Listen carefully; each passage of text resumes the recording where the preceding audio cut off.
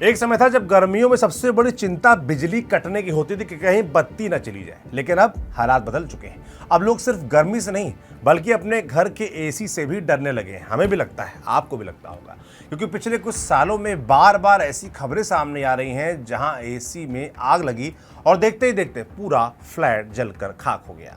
आज फिर नोएडा के सेक्टर 119 स्थित अरण्या सोसाइटी में एक फ्लैट में भीषण आग लग गई। शुरुआती जानकारी के मुताबिक आग की वजह एसी यूनिट में हुआ शॉर्ट सर्किट या ब्लास्ट माना जा रहा है। कुछ ही मिनटों में पूरा फ्लैट धुएं और आग की लपटों से भर गया।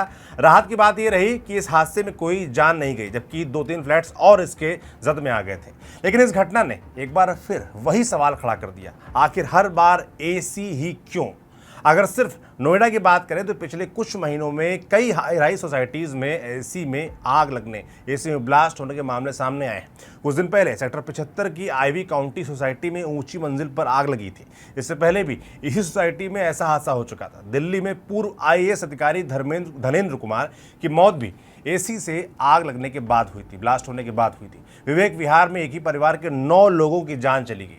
यानी अब ये अलग अलग घटनाएं नहीं रहीं, ये एक खतरनाक ट्रेंड बनता जा रहा है। लेकिन क्या सच में एसी अपने आप फट जाता है या फिर इसके पीछे हमारी और पूरे सिस्टम की लापरवाही छिपी होती है? आज इसी सवाल का जवाब जानेंगे। नमस्ते, मेरा नाम सौरभ त्रिपाठी है, आप न्यूज़ पिंच देख रहे हैं। सबसे पहले समझते हैं कि एसी में आग आखिर लगती क्यों है। असलियत ये है कि ज़्यादातर मामलों में एसी अचानक आग नहीं पकड़ता। इसके पीछे कई छोटी छोटी गलतियां होती हैं जो धीरे धीरे एक बड़े हादसे में बदल जाती हैं। सबसे पहली गलती है समय पर सर्विस न कराना। हम हज़ारों रुपए खर्च करके एसी खरीदते हैं लेकिन सालों तक उसकी सर्विस नहीं करवाते। धीरे धीरे फिल्टर में धूल भर जाती है, कॉइल गंदी हो जाती है, हवा का फ्लो कम हो जाता है। ऐसे में मशीन को पहले से ज़्यादा मेहनत करनी पड़ती है। लगातार दबाव पड़ने से कंप्रेसर और दूसरे इलेक्ट्रिकल पार्ट्स गर्म होने लगते हैं। यही ओवरहीटिंग कई बार आग की शुरुआत बन जाती है। दूसरी बड़ी वजह है खराब वायरिंग। कई घरों में एसी नया होता है लेकिन बिजली की वायरिंग 10 या 15 साल पुरानी होती है। कई बार पतली तारों पर ज़रूरत से ज़्यादा लोड डाल दिया जाता है। लोकल क्वालिटी के तार, सस्ते एमसीबी और गलत इंस्टॉलेशन पूरे सिस्टम को कमज़ोर बना देते हैं। ऊपर से एक ही लाइन पर एसी, गीज़र, फ्रिज और दूसरे भारी उपकरण भी जोड़ दिए जाते हैं। ऐसे में तार गर्म होते हैं, स्पार्क होता है और फिर शॉर्ट सर्किट। तीसरी वजह है लगातार कई घंटों तक एसी चलाना। इस साल गर्मी ने कई रिकॉर्ड तोड़े हैं। कई शहरों में तापमान 45 से 48 डिग्री तक पहुंच गया है और ये आम है। ऐसे में एसी दिन रात चल रहे हैं। कई लोग तापमान 16 या 18 डिग्री पर सेट करके घंटों मशीन चलाते रहते हैं। एक्सपर्ट्स की सलाह है कि एसी को 24 डिग्री के आसपास चलाना बेहतर होता है। इससे मशीन पर अनावश्यक दबाव नहीं पड़ता और बिजली की खपत भी कम होती है। एक और बड़ी समस्या है बिजली के वोल्टेज का बार बार ऊपर नीचे होना। कई इलाकों में बिजली का वोल्टेज स्थिर नहीं रहता। इसका सीधा असर एसी के इलेक्ट्रिकल पार्ट्स पर पड़ता है। अगर अच्छी क्वालिटी का स्टेबलाइजर या सुरक्षा सिस्टम नहीं है तो आग लगने का खतरा और बढ़ जाता है। लेकिन कहानी सिर्फ एसी तक सीमित नहीं है। मान लीजिए किसी फ्लैट में आग लग भी गई। अब सवाल ये है कि क्या उस आग को शुरुआती कुछ मिनटों में रोका जा सकता है? जवाब है हाँ, रोका जा सकता है, लेकिन तभी जब पूरी बिल्डिंग का फायर सेफ्टी सिस्टम सही हालत में हो। यही सबसे बड़ी लापरवाही सामने आती है। अगर 12वीं, 20वीं या 22वीं मंजिल पर आग लग जाए तो फायर ब्रिगेड बाहर से ज़्यादा देर तक मदद नहीं कर सकती। ज़्यादातर हाइड्रोलिक सीढ़ियों की पहुंच सीमित होती है, ऐसा हमने हाल फिलहाल देखा भी है। उसके बाद फायर फाइटर्स को भारी उपकरण लेकर सीढ़ियों से ऊपर जाना पड़ता है। लिफ्ट का इस्तेमाल भी नहीं किया जा सकता क्योंकि वो कभी भी बंद हो सकती है या धुएं से भर सकती है। ऐसी स्थिति में पूरी जिम्मेदारी बिल्डिंग के अंदर मौजूद फायर सेफ्टी सिस्टम पर आ जाती है।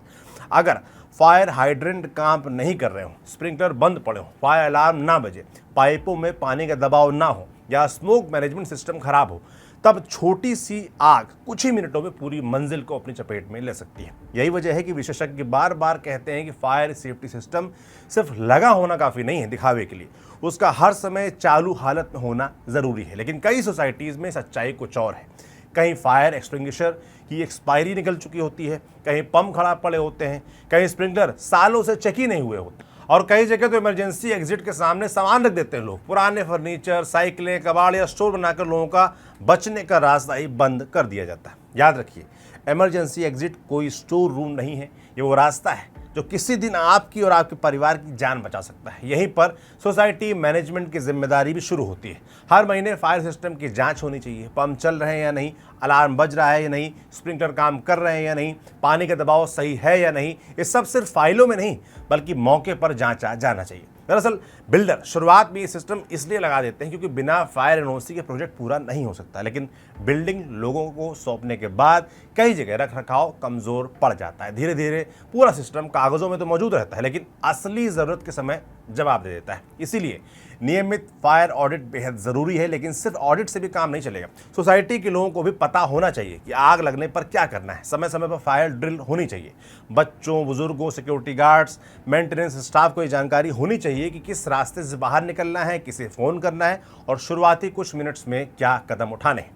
सरकारी एजेंसियों की जिम्मेदारी भी कम नहीं है, इसको भी बताते हैं। अगर किसी बिल्डिंग में फायर सेफ्टी के नियम पूरे नहीं है तो सिर्फ नोटिस देकर काम नहीं चलाना चाहिए। जब तक नियमित निरीक्षण और सख्त कार्रवाई नहीं होगी तब तक ऐसी लापरवाहियां जारी रहेंगी। मगर अपने देश में तो देखा गया है, पहले घटना होती है, फिर जिम्मेदार जागते हैं, फिर सख्ती होती है, फिर नोटिस जारी किए जाते हैं, फिर सील लगता है। पहले तो कुछ होता नहीं, तो वही हो भी रहा है। और आखिर में सबसे बड़ी जिम्मेदारी हमारी अपनी है। क्या हमने कभी देखा कि हमारे घर के एसी की आखिरी सर्विस कब हुई थी? क्या हमारी वायरिंग सुरक्षित है? क्या हमने सस्ते पार्ट्स लगवाकर पैसे तो नहीं बचा लिए लेकिन अपनी सुरक्षा से समझौता कर लिया? क्या हमारे घर में स्मोक डिटेक्टर लगा है? क्या हमारे परिवार को पता है कि आग लगने पर सबसे पहले क्या करना है? अगर इन सवालों को जवाब नहीं है तो खतरा सिर्फ किसी और के घर पर नहीं, हमारे अपने आपके घर पर भी है। क्योंकि एसी अपने आप आग नहीं लगाता। आग की शुरुआत अक्सर हमारी छोटी छोटी लापरवाहियों से होती है। गंदा फिल्टर, खराब वायरिंग, ओवरलोड, बिना सर्विस के लगातार चलती मशीन, और फिर जब हादसा होता है तो हम सिर्फ इतना कहते हैं कि एसी फट गया।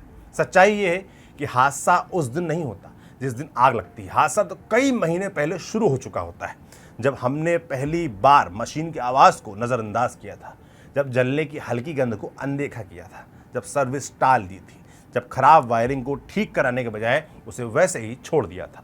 गर्मी हर साल आएगी, एसी भी हर साल चलेगा, इसको याद रखिए। लेकिन अगर हमने अभी से सावधानी नहीं बरती तो ऐसी खबरें भी हर साल बढ़ती जाएंगी। इसलिए अगली बार एसी ऑन करने से पहले सिर्फ रिमोट मत उठाइए।